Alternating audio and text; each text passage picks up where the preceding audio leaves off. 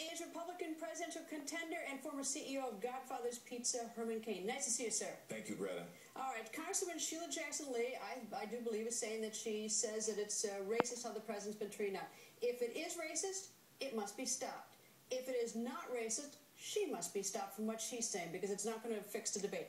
Racist or not, because I assume as an African-American man, you have seen racism and experienced it. Seen racism, lived through racism. I know racism when I see it.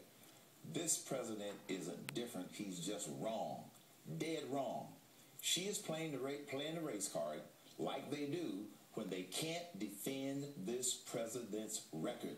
So they go to the race card or they go to the class warfare card, and that's all that she is doing. The race card is now a joke because a lot of American people have figured it out. It's not going to work the way it usually does. All right, racism is wrong. It's dead wrong. Yes. It's painful. Yes. It still exists. Yes. So if this isn't racism, how do we get Representative Sheila Jackson Lee to come out and debate this strong, aggressively on the issues? I don't think you're going to get her to change, because the people who depend upon the race card, they're not going to change. This is all she knows what to do in order to try and attack conservatives or attack Republicans or defend a failed president in terms of all of his policies. Look at the failed economic policies. Look at a lot of the other failed decisions that he's made. The only thing that they revert to is the race card. He's just wrong. It has nothing to do with race. I see this when I'm out on the campaign journey. I talk to people. I'm all over the country. There's no racism out there because he's black. It's all because they don't agree with his policies. I was attacked on my radio show because I disagreed with this president. They didn't call me racist. They called me shameless and a lot of other names. This is their last resort because he cannot stand on his record, and so they only have to play the race card. Obviously, the debate here in Washington is getting pretty ugly. Yes. Every president who's come here, whether it's President George W. Bush, President Bush 43, or this president claims to be the uniter, or trying to, I'll be able to bring people together, I'll be able to do things that others won't. This is deeply divided, Republicans and Democrats right now, and even within Republicans there's division. If you were president, how would you handle this debate differently? Not what's your position on the view, but how would you get a resolution? Because we're up against a deadline. First of all, I never would have allowed this to become a crisis. That being said, how? If a year ago this president had taken a leadership position, he could have at that time made sure that we could pay the interest on the debt, make sure that we pay our military and our military families, make sure that we pay the Social Security recipients, and make sure we pay the bills for Medicare and Medicaid. Everything else would have been on the table. That's when you're forced to make the hard choices.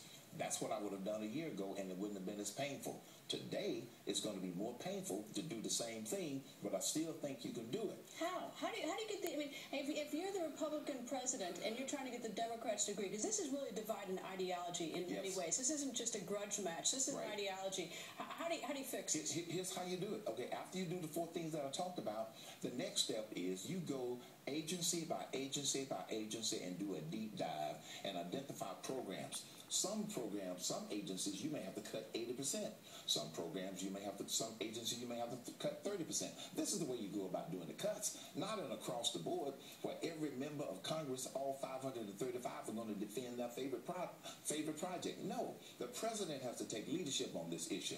Now, that being said, what I would do if I were him right now is to go to the American people and tell them the truth and put everything on the table. He's not putting everything on the table. Like, how about furloughing some federal employees? He's using scare tactics to try and force a decision or force a result that the American people don't want. The American people, I hear them every day. They don't want to raise the debt ceiling because they believe that that is a charade, and they don't want to raise taxes. Care to predict what's going to happen come August 2nd? Are we going to have debt ceiling raised in some deal or not?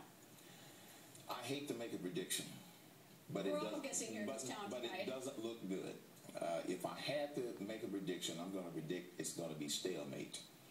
And as a result, they will raise the debt ceiling. The Republicans will hold the ground on not raising taxes.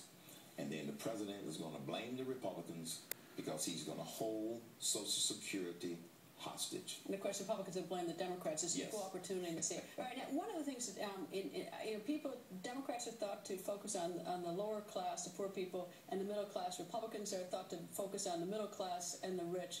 I've always thought you need to focus on all three. It's a three-legged stool. Yes. What could you do to inspire people who are in the inner city, because they really need help, they need inspiration, and they need something we need to do something about these cities? First, you got to start with the national economy, which I have a two-phase economic vision. The first phase is the lower corporate and personal income tax rates to 25% maximum, suspend taxes on repatriated profits, take the capital gains tax rate to 0. That's phase one, and you make them permanent. Now, specifically for the inner city, empowerment zones. This was a concept that had been talked about years ago, but it was never implemented. Jack Kemp did that. Exactly. Jack Kemp did that, and he was absolutely right. If we do it the right way, I believe that in addition to these tax changes that I've talked about, which is going to put fuel in the economic engine, empowerment zones is how I propose that we do something about these inner cities that have been devastated. Mr. Cain, thank you very much. Hope you come back. It's going to be a long election season. Thank you, sir. Thank you, Greta.